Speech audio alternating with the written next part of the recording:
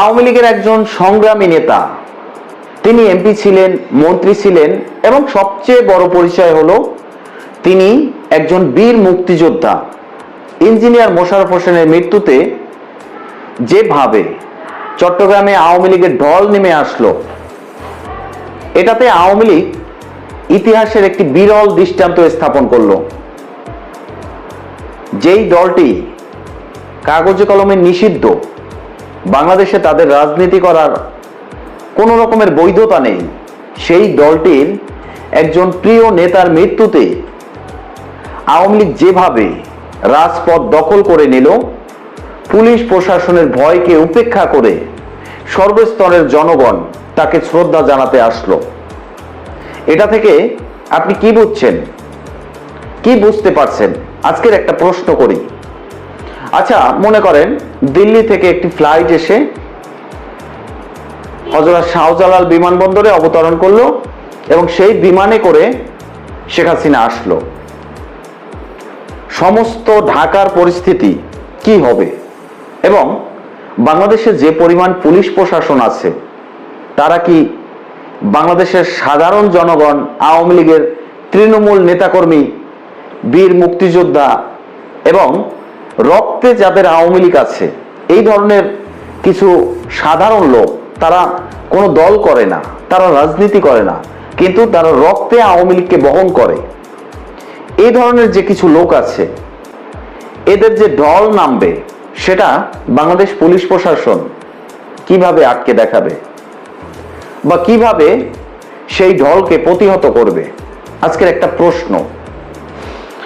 অনেকগুলো কথা আছে, তার ভিতরে অন্যতম একটি প্রসঙ্গ হলো আওয়ামী লীগ যে জামাত ইসলামকে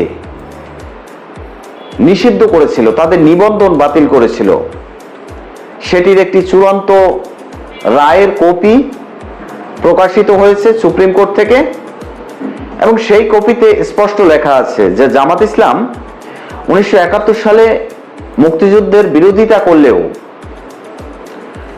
সেই বিরোধিতা কোনো কেউ করেছে, জামাত ইসলাম দল করেনি। মানে কোনো নির্দিষ্ট কিছু সংখ্যক ব্যক্তিরা করেছে, জামাত ইসলাম করেনি।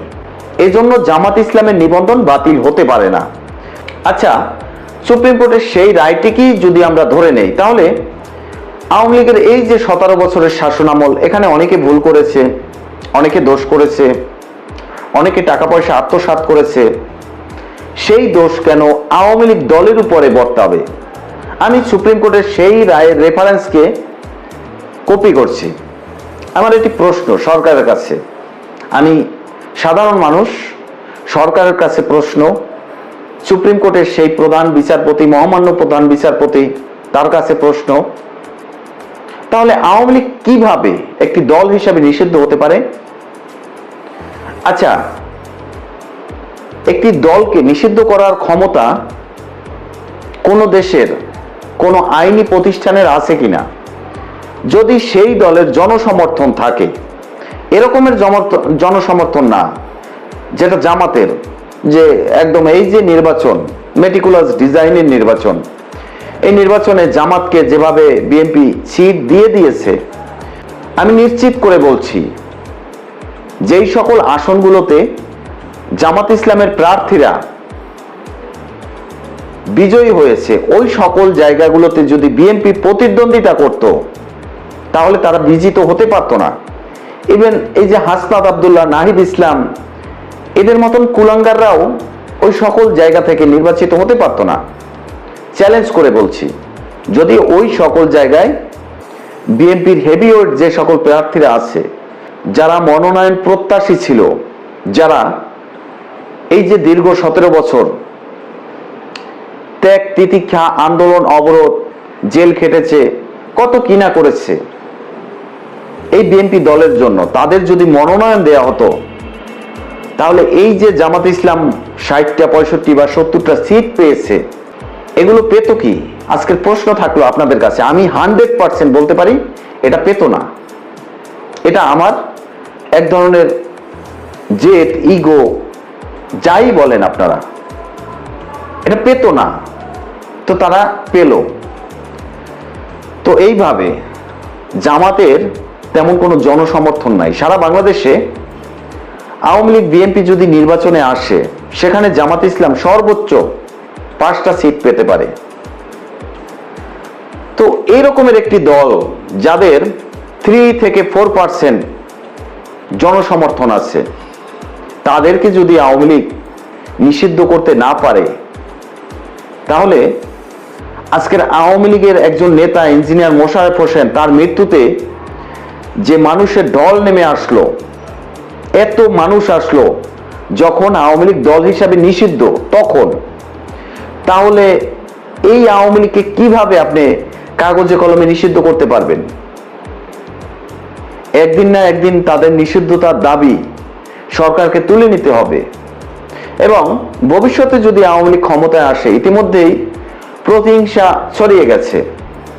5ই আগস্টের পর থেকে আওয়ামী লীগের নেতাকর্মীদের হত্যা করা হয়েছে, গুম করা হয়েছে, মিথ্যা মামলায় জেলে বন্দি রাখা হয়েছে, অনেকে পলাতক আছেন।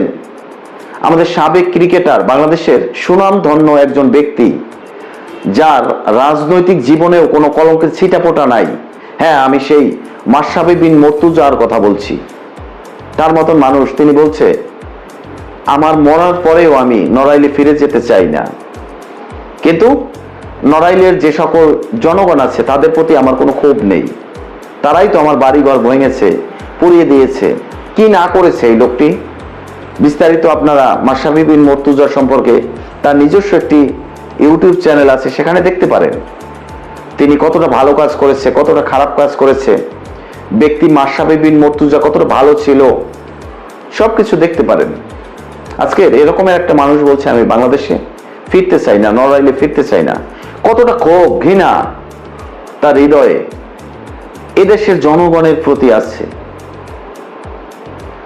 তো বিষয়গুলো একটু ভালোভাবে চিন্তা করুন যে 5ই আগস্টের পর থেকে আওয়ামী লীগের উপরে যে ধরনের অত্যাচার, নির্যাতন, জুলুম করা হয়েছে, এমনিতেই প্রতিহিংসার রাজনীতি ছড়িয়ে গেছে। আওয়ামী লীগ ক্ষমতায় আসলে তারাও প্রতিহিংসা করবে, কারণ কাউকে না কাউকে তো ভালো হতে হবে। আমরা 17 বছর আওয়ামী লীগকে দেখেছি, বুঝলাম তারা অনেক খারাপ করেছে, অনেক বাজে কাজ করেছে। আজকের অন্তর্বর্তীকালীন সরকার ভালো কিছু করে যেত, করলো না। আজকের বিএনপি সরকার ভালো কিছু করতো, করলো না। তারাও তো সেই আওয়ামী লীগকে নিবন্ধন থেকে নিষিদ্ধ করে দিল সংসদে বিল আকারে। কার্যক্রম নিষিদ্ধ একটি দল হিসেবে বর্তমানে আছে আওয়ামী লীগ। কিন্তু যাদের এত বড় জনসমর্থন, তারা কি কতদিন কার্যক্রম নিষিদ্ধ করে রাখতে পারবে সরকার, প্রশাসন? সেটা একটি প্রশ্ন। এবং যখন এরা ফিরে আসবে, তখন পরিস্থিতিটা কি হবে, কোন দিকে যাবে? আবারও কি আমরা প্রতিহিংসার রাজনীতি দেখতে পাবো? বিষয়গুলো স্বাভাবিক, স্পষ্ট। কারণ তারা খারাপ ছিল, আপনারা যদি ভালো হতেন তাহলে হয়তো এই প্রতিহিংসার রাজনীতি বন্ধ হয়ে যেত। কিন্তু আপনারাও তো একই কাজ করলেন, বরং আমি বলবো তাদের থেকে 10 গুণ বেশি করেছে অন্তর্বর্তীকালীন সরকার। ভালো কাকে বলবেন? যাই হোক, ভালো খারাপের বিচার উপরওয়ালা করবে, একদিন একদিন করবে, সেই বিশ্বাস আমাদের মনে থাকা উচিত। যেই প্রসঙ্গে কথা বলছিলাম, আওয়ামী লীগকে নিষিদ্ধ করে রাখা যাবে না, যায় না। এমন একটি দল যাদের জনসমর্থন বাংলাদেশে 50%, এমন একজন নেতা যিনি বাংলাদেশে সবচেয়ে আন্তর্জাতিকভাবে ক্ষমতাশালী ব্যক্তি, সেই শেখ হাসিনা। শেখ হাসিনা কে, তার ক্ষমতা কি, আন্তর্জাতিক কোন কোন রাষ্ট্র তাকে সমর্থন করছে, এই সম্পর্কিত অনেক ভিডিও দেয়া আছে আমার চ্যানেলে, চাইলে ঘুরে আসতে পারেন, দেখতে পারেন। আমার ভিডিওটা যদি ভালো লাগে, লাইক দিয়ে চ্যানেলটা সাবস্ক্রাইব করবেন, কমেন্ট করে আপনার মূল্যবান মতামত জানিয়ে যেতে পারেন। এবং আওয়ামী লীগের ভাইদের বলবো, আপনারা এই ভিডিওটা সর্বোচ্চ পরিমাণে শেয়ার করে দিবেন। বাংলাদেশের 5ই আগস্টের পরে আমরা দেখেছি যে কিভাবে মুক্তিযুদ্ধকে কলঙ্কিত করা হয়েছে। যেই যুদ্ধ না হলে আমরা এই দেশ পেতাম না, সেই যুদ্ধটাকেই কলঙ্কিত করা হয়েছে। এটাই বাংলাদেশ। তো বলবেন ভাই আপনি কি আওয়ামী লীগ করেন, আপনি আওয়ামী লীগের দালাল বা ভারতের দালাল, অনেক কিছু বলতে পারেন, রয়্যাল এজেন্ট। বাস্তব জীবনে এমন কিছুই না, আমি সাধারণ একজন গার্মেন্টস কর্মী। তারপরও কেন বলি এই সকল কথাবার্তাগুলো, হয়তো সরকারের ভালো নাও লাগতে পারে। বলি এই কারণেই যে আমরা আওয়ামী লীগ না, বাট আমরা মুক্তিযুদ্ধকে সম্মান করি, মুক্তিযোদ্ধাদের রেসপেক্ট করি। বিএনপির একজন নেতা ফজলুর রহমান সাহেব, জামাতের কিছু কিছু রাজাকার তাদেরকে ফজু পাগলা বলে ডাকে, সংসদে স্পষ্ট করে বললেন যে এই রাজাকার আলবদরের বাচ্চারা, মুক্তিযুদ্ধ হয়েছিল, মুক্তিযোদ্ধা আমি ফজলুর রহমান যুদ্ধ করেছিলাম, আমি এখনো জীবিত আছি। সর্বকালের সর্বশ্রেষ্ঠ একটি কথা, সর্বশ্রেষ্ঠ একটি বাংলা ডায়লগ, প্রত্যেকটা মানুষের হৃদয়ে গেঁথে থাকার কথা।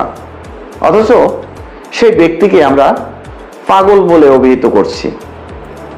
আমরা বাঙালি এরকমেরই, মানুষের তার উচিত মর্যাদা শ্রদ্ধা আমরা করতে পারি না। তাই যদি পারতাম তাহলে মাশরাফি বিন মুর্তজার মতন মানুষ এভাবে লাইভে এসে বলতো না যে আমার মৃত্যুর পরে আমার লাশও যেন নড়াইলে না যায়। কত বড় একটি ক্ষোভের কথা, কত বড় একটি আবেগের কথা, কি না করেছে মাশরাফি। অনেক সময় গ্রামে পরিদর্শনের জন্য গেছেন, সেখানে সাধারণ জনগণ তাকে বলেছেন ভাই আমাদের এই রাস্তাটুকু একটু ইট দিয়ে দিতে হবে, এই ব্রিজটা করে দিতে হবে, এই কালভার্টটা করে দিতে হবে। মাশরাফি সরকারের বাজেটের অপেক্ষা করেনি, তার নিজস্ব তহবিল থেকে করে দিয়েছে। ব্যারিস্টার সুমন এরকমই একজন ব্যক্তি ছিলেন। যাই হোক, আওয়ামী লীগের সবাই যে ভালো সেরকমটা না, আবার সবাই যে খারাপ এরকমটা না। আমার প্রশ্ন হলো, ভালো যারা তারা কেন নির্যাতিত হলো, তাদের বাড়িঘর কেন পুড়িয়ে দেওয়া হলো, তারা কেন বাংলাদেশে ফিরে আসতে চায় না? এতে কি আমাদের দেশ অনেক বেশি এগিয়ে গেল, নাকি কিছু ভালো মানুষ আমাদের দেশ থেকে আমরা হারিয়ে ফেললাম? কিছু ভালো মানুষ আমাদের উপরে ঘৃণা, ক্ষোভ এগুলো তাদের হৃদয়ে লালন করছেন। প্রশ্নটা আপনাদের কাছে রেখে গেলাম। তো আজকের এই পর্যন্তই শেষ করছি, পরবর্তীতে নতুন কোনো ভিডিও নিয়ে আসবো। সেই পর্যন্ত ভালো থাকবেন, সুস্থ থাকবেন, আল্লাহ হাফেজ।